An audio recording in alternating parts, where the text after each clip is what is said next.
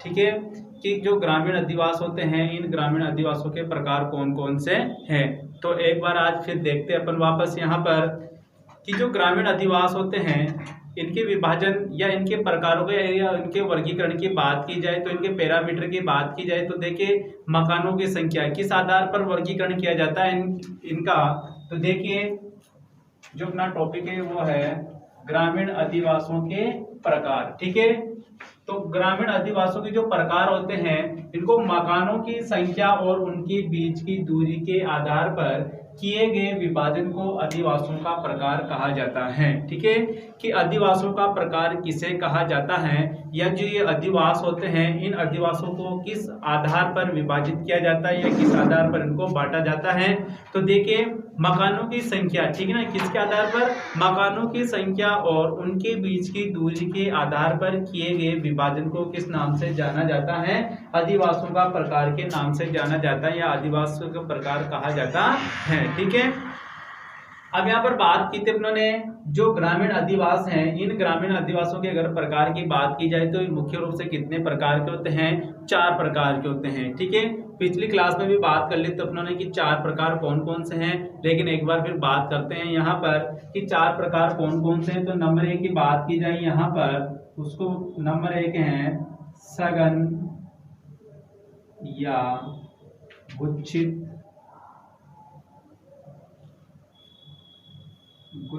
अधिवास।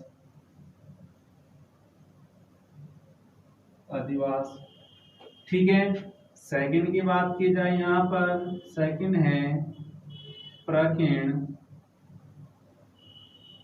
या मिश्रित अधिवास।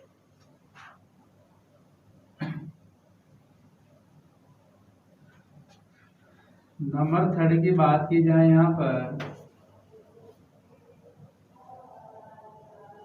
मिश्रित अधिवास। नंबर 4 की बात की जाए यहाँ पर पल्ली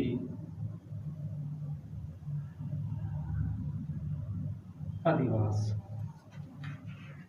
ठीक है, देखिए अपनों ने यहाँ पर बात की कि जो अधिवास होते हैं, जो ग्रामीण अधिवास हैं, ग्रामीण अधिवास मुख्य रूप से कितने प्रकार के होते हैं। तो देखिए मुख्य रूप से कितने प्रकार के होते हैं, 4 प्रकार के होते हैं। कितने प्रकार के होते हैं, 4 प्रकार के होते हैं। 4 प्रकार कौन कौन से हैं। नंबर 1 की बात की जाए यहाँ पर सघन। ठीक है, जो सघन अधिवास है, इन सघन अधिवासों को गुच्छित अधिवास के नाम से भी जाना जाता है। सेकंड की बात की जाए यहाँ पर, सेकंड है प्रकीर्ण अधिवास। ठीक है, प्रकीर्ण अधिवास का दूसरा क्या नाम है, मिश्रित अधिवास के नाम से भी इनको जाना जाता है। थर्ड की बात करें यहाँ पर, थर्ड है मिश्रित अधिवास। ठीक है, और नंबर 4 की बात की जाए यहाँ पर, तो नंबर 4 है पल्ली अधिवास। ठीक है, कौन सा अधिवास है, पल्ली अधिवास। अब यहाँ पर बात की जाए कि अधिवास किसे कहेंगे। ठीक है ना, अधिवास किसे कहते हैं।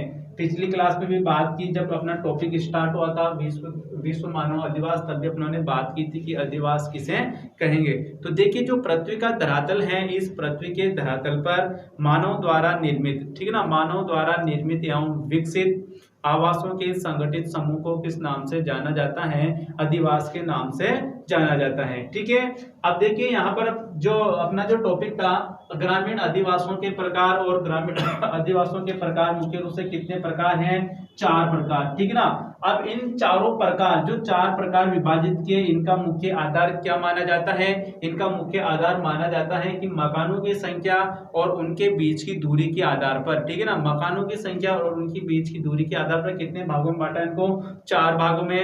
अब अपन यहाँ पर बात करेंगे सघन या गुंचित अधिवास। ठीक है ना, सघन या गुंचित अधिवास की बात करेंगे।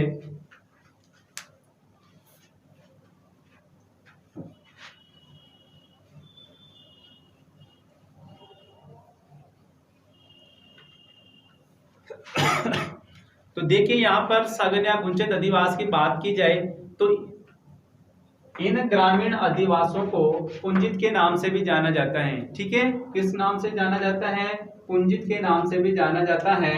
उसके बाद समकेंद्रित के नाम से भी जाना जाता है। और संकुचित आदि नामों से जाना जाता है। ठीक है, जो सघन या गुंचित अधिवास है इनके अगर दूसरे नाम की बात की जाए कि इनको अन्य किस नामों से जाना जाता है, तो देखिए इनको पुंजित के नाम से भी जाना जाता है, समकेंद्रित के नाम से भी जाना जाता है और संकुचित के आदि नामों से जाना जाता है। ठीक है, देखिए यहाँ पर बात की जाए कि जो सघन अधिवास होते हैं, ये सघन अधिवास मुख्य रूप से किन क्षेत्रों के अंतर्गत विकसित होते हैं। ठीक है, किन क्षेत्रों के अंतर्गत विकसित होते हैं, तो देखिए सघन ग्रामीण अधिवास, ठीक है ना, सघन ग्रामीण अधिवास उपजाऊ मैदानी भागों में। ठीक है, किन क्षेत्रों में, उपजाऊ मैदानी भागों में। जिस क्षेत्र में उपजाऊ मैदानी क्षेत्र होंगे वहां पर अधिक जनसंख्या निवास करेगी और अधिक जनसंख्या निवास करेगी और उनके द्वारा जो आवास विकसित किए जाएंगे वो किस प्रकार के होंगे, सघन अधिवास। ठीक है, एक तो उपजाऊ मैदानी भागों के अंतर्गत। सेकंड की बात की जाए यहाँ तो मैदान कैसे होने चाहिए, उपजाऊ भी होने चाहिए और उपजाऊ के साथ साथ किस प्रकार के होने चाहिए, समतल होने चाहिए। ठीक है, ऊबड़ खाबड़ होने पर वहां पर सघन अधिवास विकसित नहीं होते हैं। जैसे कि जो ऊबड़ खाबड़ क्षेत्र जो धरातल होता है वहां पर भी जनसंख्या कम निवास करती है। तो अपन यहाँ पर बात कर रहे हैं कि जो सघन अधिवास है, ये सघन अधिवास या सघन ग्रामीण अधिवास कहाँ पर विकसित होते हैं, मैदानी भागों के अंतर्गत। जो उपजाऊ मैदानी भाग होते हैं यहाँ पर विकसित होते हैं, समतल मैदानी भागों में। और नंबर थर्ड की बात की जाए तो यहाँ पर पर्याप्त जल उपलब्धता वाले क्षेत्रों में विकसित होते हैं। ठीक है, जिस क्षेत्र के अंतर्गत भी, जिन क्षेत्रों के अंतर्गत भी अगर पर्याप्त मात्रा में जल उपलब्ध होगा उस क्षेत्र में भी जो ग्रामीण अधिवास विकसित होंगे वो कौन से अधिवास कहलाएंगे, सघन ग्रामीण अधिवास कहलाते हैं। ठीक है, जिनमें आवास गृह पास पास होते हैं। जो सघन अधिवास होते हैं इनमें आवास गृहों की बात की जाए, घरों की बात की जाए, झोपड़ियों की बात की जाए तो पास पास स्थित होती हैं। ठीक है, और संपूर्ण गांव सघन बसा हुआ होता है। जो गांव विकसित होता है, जो बस्तियां विकसित होती हैं, ये क्या होते हैं, संपूर्ण गांव सघन बसा हुआ होता है। ठीक है, और यहाँ पर बात कर ली अपनों ने सघन या गुंचित अधिवास के अंतर्गत। अब देखिए यहाँ पर बात की जाए इसकी विशेषताओं के बारे में कि जो सघन या गुंचित अधिवास है इसकी विशेषताएं क्या हो सकती हैं। लेकिन एक बार यहाँ पर देखा जाए कि जो ये सघन या गुंचित अधिवास है ये भारत के किस क्षेत्र के अंतर्गत विकसित या विकसित होने की संभावना अधिक मानी जाती है, तो जो गंगा ब्रह्मपुत्र का मैदान है। ठीक है, गंगा ब्रह्मपुत्र का जो मैदान है उस क्षेत्र के अंतर्गत जो बस्तियां पाई जाती हैं वो किस प्रकार की होती है, सघन ग्रामीण अधिवास उन क्षेत्रों में अधिक विकसित होते हैं। अब देखिए बात कर लेते हैं यहाँ पर कि सघन या गुंचित अधिवास की विशेषताएं।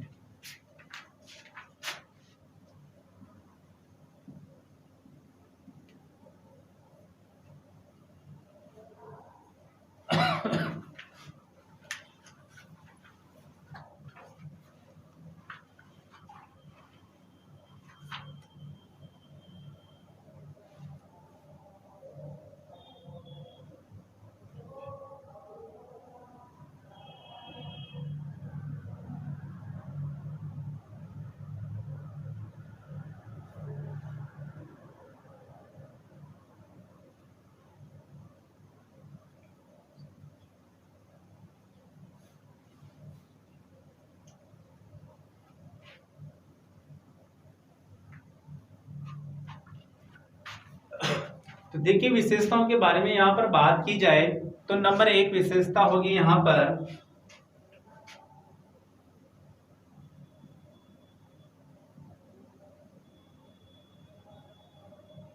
अधिवास प्राय खेतों के मध्य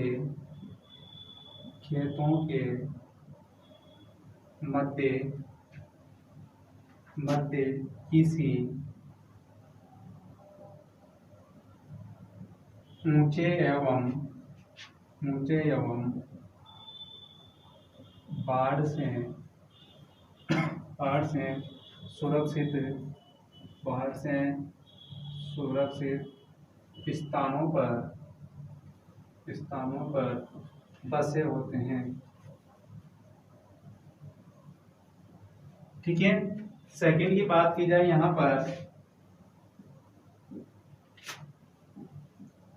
सभी आवास पास पास होते हैं। सभी आवास किस प्रकार के होते हैं? पास पास होते हैं। नंबर 3 की बात की जाए, सभी आवास, ठीक है ना, सभी आवास एक स्थान पर समकेंद्रित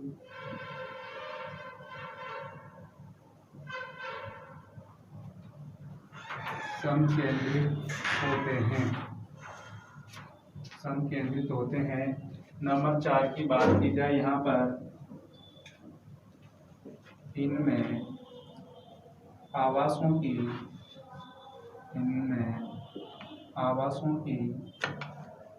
ठीक है, इनमें आवासों की संख्या 40 से 50 से लेकर सैकड़ों तक होती हैं, हो सकती हैं।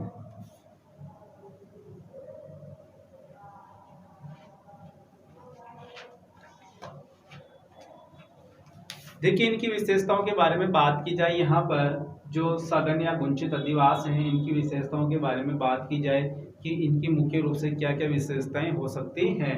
तो देखिए, नंबर 1 की बात की जाए कि अधिवास प्रायः खेतों के मध्य किसी ऊंचे या बाढ़ से सुरक्षित स्थानों पर बसे होते हैं। जो ये सघन या ग्रामीण जो अधिवास होते हैं, ये मुख्य रूप से कहाँ पर स्थित होते हैं? खेतों के मध्य, ठीक है ना। और खेतों के मध्य भी कहाँ पर? ऊंचाई वाले भाग पर, जो कि बाढ़ से सुरक्षित जगह मानी जाती है, ठीक है। सेकंड की बात की जाए यहाँ पर कि सभी आवास गृह कैसे होते हैं? पास पास होते हैं, ठीक है। जो सघन या गुंचित अधिवास हैं, इन अधिवासों के अंतर्गत जो आवास बनाए जाते हैं, ये आवास किस प्रकार के होते हैं? सभी पास पास होते हैं, ठीक है। थर्ड की बात की जाए, यहाँ पर थर्ड विशेषता, सभी आवास एक स्थान पर समकेंद्रित होते हैं। मतलब कि जो इसके अंतर्गत जो आवास बनाए जाते हैं, जो अधिवास बनाए जाते हैं, ये सब क्या है? एक जगह पर समकेंद्रित होते हैं, मतलब इनका समूह होता है। नंबर 4 की बात की जाए, इनमें आवासों की संख्या 40 से 50 से लेकर सैकड़ों तक हो सकती है। जो ये अधिवास होते हैं, इन अधिवासों की अगर बात की जाए तो 40 से 50 से लेकर कहां तक हो सकते हैं? सैकड़ों तक हो सकते हैं, ठीक है।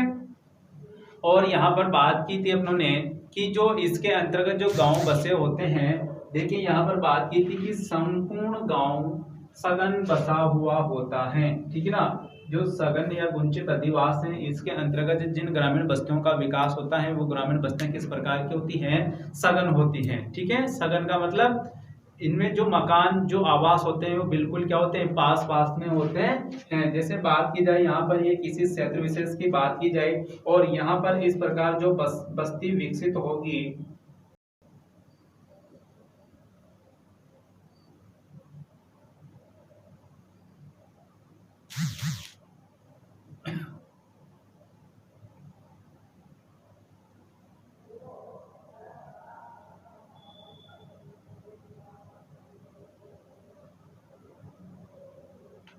इस प्रकार की जो बस्ती विकसित होगी, इस बस्ती को किस नाम से जाना जाएगा? सघन या गुंचित अधिवास के नाम से जाना जाता है, ठीक है। अब देखिए, अपन यहाँ पर बात करेंगे सेकंड नंबर की बस्ती क्या जो अपना अधिवासों का प्रकार है। इस अधिवासों के प्रकार के अंतर्गत सेकंड प्रकार की बात करेंगे, प्रकीर्ण अधिवास, ठीक है।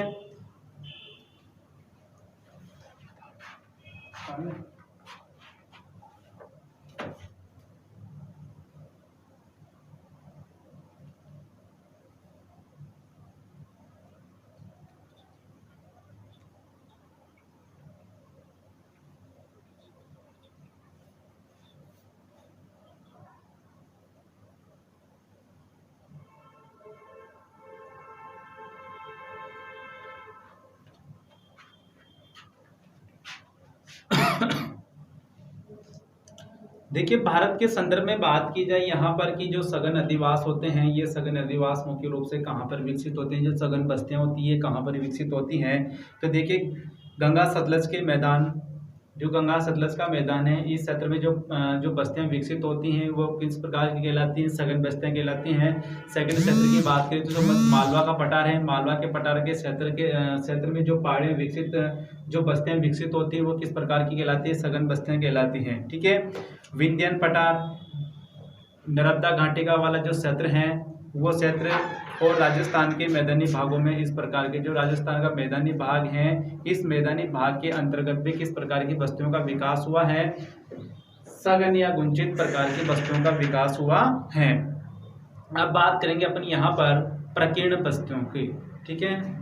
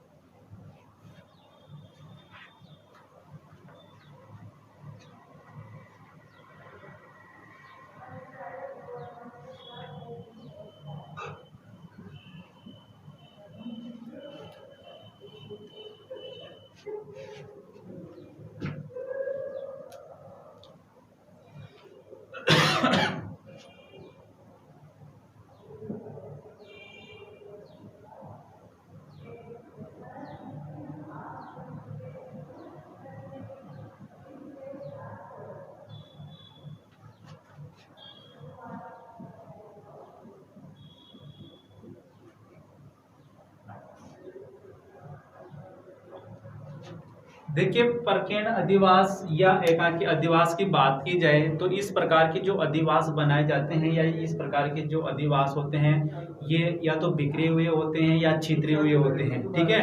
या तो बिखरे हुए होते हैं या छितरे हुए होते हैं।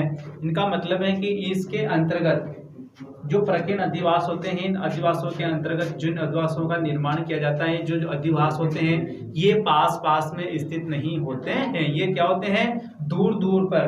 प्रकीर्ण का अर्थ है यहाँ पर कि दूर दूर स्थित होते हैं। इसके अंतर्गत जो अधिवास है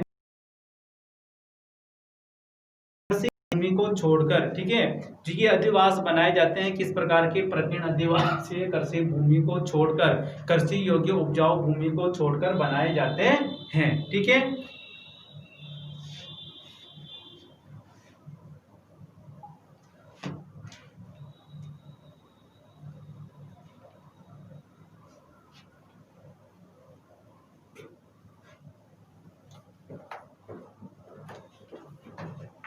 ऐसे अधिवास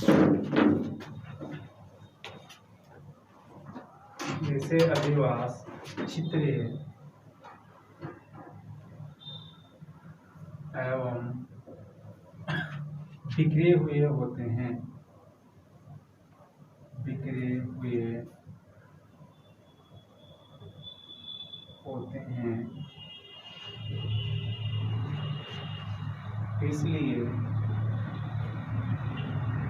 इसलिए आवास दूर दूर और कृषि भूमि को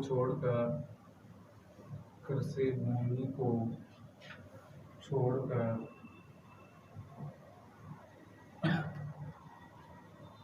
बनाए जाते हैं।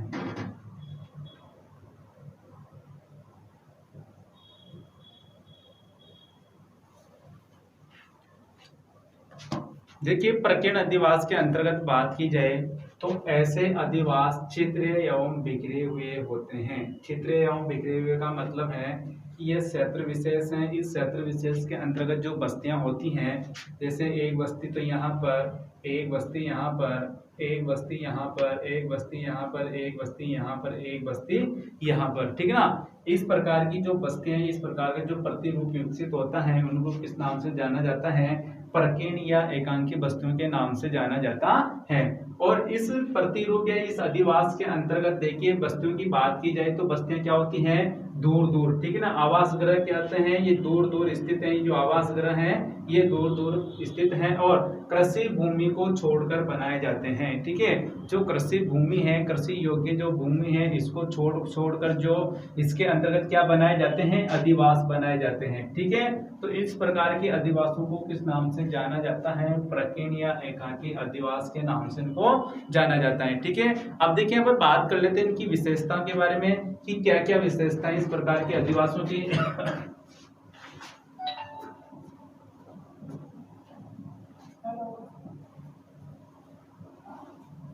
विशेषताएं।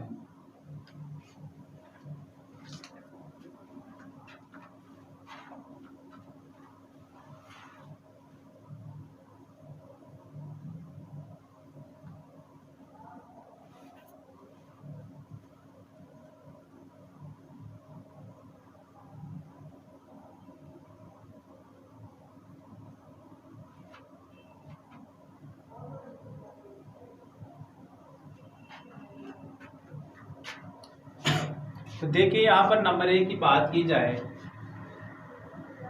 नंबर 1 की बात करेंगे कि आवास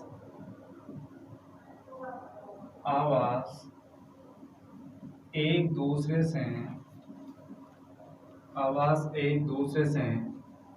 दूर स्थित होते हैं। आवास एक दूसरे से दूर स्थित होते हैं। सेकंड की बात की जाए,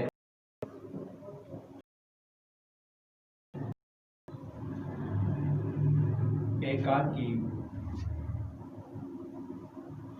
रूप में रहते हैं।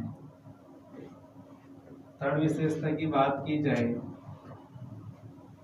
व्यक्ति स्वतंत्र रूप से जीवन यापन करते हैं, ठीक है। व्यक्ति स्वतंत्र रूप से जीवन यापन करते हैं। नंबर 4 की बात की जाए, एक दूसरे के सहयोग की भावना कम होती है। एक दूसरे के सहयोग की भावना कम होती है, ठीक है। देखिए जो प्रकीर्ण या एकाकी अधिवास हैं, इसकी विशेषताओं के बारे में यहाँ पर बात की जाए तो आवास एक दूसरे से क्या होते हैं, दूर दूर स्थित होते हैं, ठीक है। जैसे अपने यहाँ पर डायग्राम में बात की थी, एक अधिवास यहाँ पर, एक आवास यहाँ पर, एक आवास यहाँ पर, फिर यहाँ पर, फिर यहाँ पर, फिर यहाँ पर, ठीक है। तो एक दूसरे के क्या होते हैं, दूर दूर स्थित होते हैं। सेकंड की बात की जाए कि जो इसके अंतर्गत जो व्यक्ति निवास करते हैं ये एकाकी रूप में रहते हैं, मतलब अकेले रहते हैं, ठीक है। थर्ड की बात की जाए कि व्यक्ति स्वतंत्र रूप से जीवन यापन करते हैं, व्यक्ति स्वतंत्र रूप से जीवन यापन करते हैं इसके अंतर्गत। और नंबर 4 की बात की जाए यहाँ पर कि एक दूसरे के सहयोग की भावना कम होती है, ठीक है ना। इन अधिवासों के अंतर्गत अगर यहाँ पर बात की जाए तो देखिए लोग एक दूसरे की सहायता बहुत कम करते हैं, ठीक है, मतलब सहयोग करने की भावना बहुत कम रहती है। अब देखिए यहाँ पर क्षेत्र की बात की जाए कि इस प्रकार के अधिवास किन क्षेत्रों में पाए जाते हैं। विश्व के अंतर्गत बात की जाए कि विश्व के अंतर्गत किन क्षेत्रों के अंतर्गत इस प्रकार के अधिवास मुख्य रूप से पाए जाते हैं। तो देखिए यहाँ पर बात की जाए जो उत्तरी अमेरिका का जो क्षेत्र है, उत्तरी अमेरिका में यूएस है, उत्तरी अमेरिका में संयुक्त राज्य अमेरिका के क्षेत्र, और कनाडा के जो प्रेरी प्रदेश है, कनाडा के जो प्रेरी घास के मैदान हैं, इन घास के मैदानों के अंतर्गत भी इस प्रकार की बस्तियां पाई जाती हैं। एशिया के जो स्टेपी मैदान है, एशिया के अंतर्गत जो स्टेपी घास के मैदान पाए जाते हैं, इन घास के मैदानों के अंतर्गत भी किस प्रकार के अधिवास पाए जाते हैं, प्रकीर्ण अधिवास पाए जाते हैं। इसके बाद बात की जाए कि गंगा के खादर का क्षेत्र, जो गंगा का मैदान है, इस गंगा के मैदान के अंदर जो खाद्य क्षेत्र है वहाँ पर इस प्रकार की बस्तियां पाई जाती हैं। हिमालय क्षेत्र में इस प्रकार की, हिमालय पर्वतीय क्षेत्र में इस प्रकार की बस्तियां पाई जाती हैं। ऑस्ट्रेलिया की बात की जाए तो ऑस्ट्रेलिया का जो डाउन्स घास के मैदान है, उन डाउन्स घास के मैदानों के अंतर्गत भी प्रकीर्ण या एकाकी अधिवास पाए जाते हैं। और यहाँ पर बात की जाए दक्षिणी अमेरिका, जो दक्षिण अमेरिका के वेल्स, ठीक है ना, वेल्स घास के मैदान है, इन वेल्स घास के मैदानों के अंतर्गत भी इस प्रकार की बस्तियां पाई जाती हैं। और यहाँ पर राजस्थान के संदर्भ में बात की जाए कि जो राजस्थान है, राजस्थान का जो दक्षिणी भाग है, उदयपुर, राजसमंद, डूंगरपुर, प्रतापगढ़ और बांसवाड़ा के अंतर्गत भी राजस्थान के संदर्भ में इस प्रकार की बस्तियां पाई जाती हैं। और नंबर 3 की बात की जाए यहाँ पर मिश्रित अधिवास। तो देखिए मिश्रित अधिवास की बात करेंगे अपन नेक्स्ट क्लास में, कल बात करेंगे। आज के लिए इतना ही काफी है।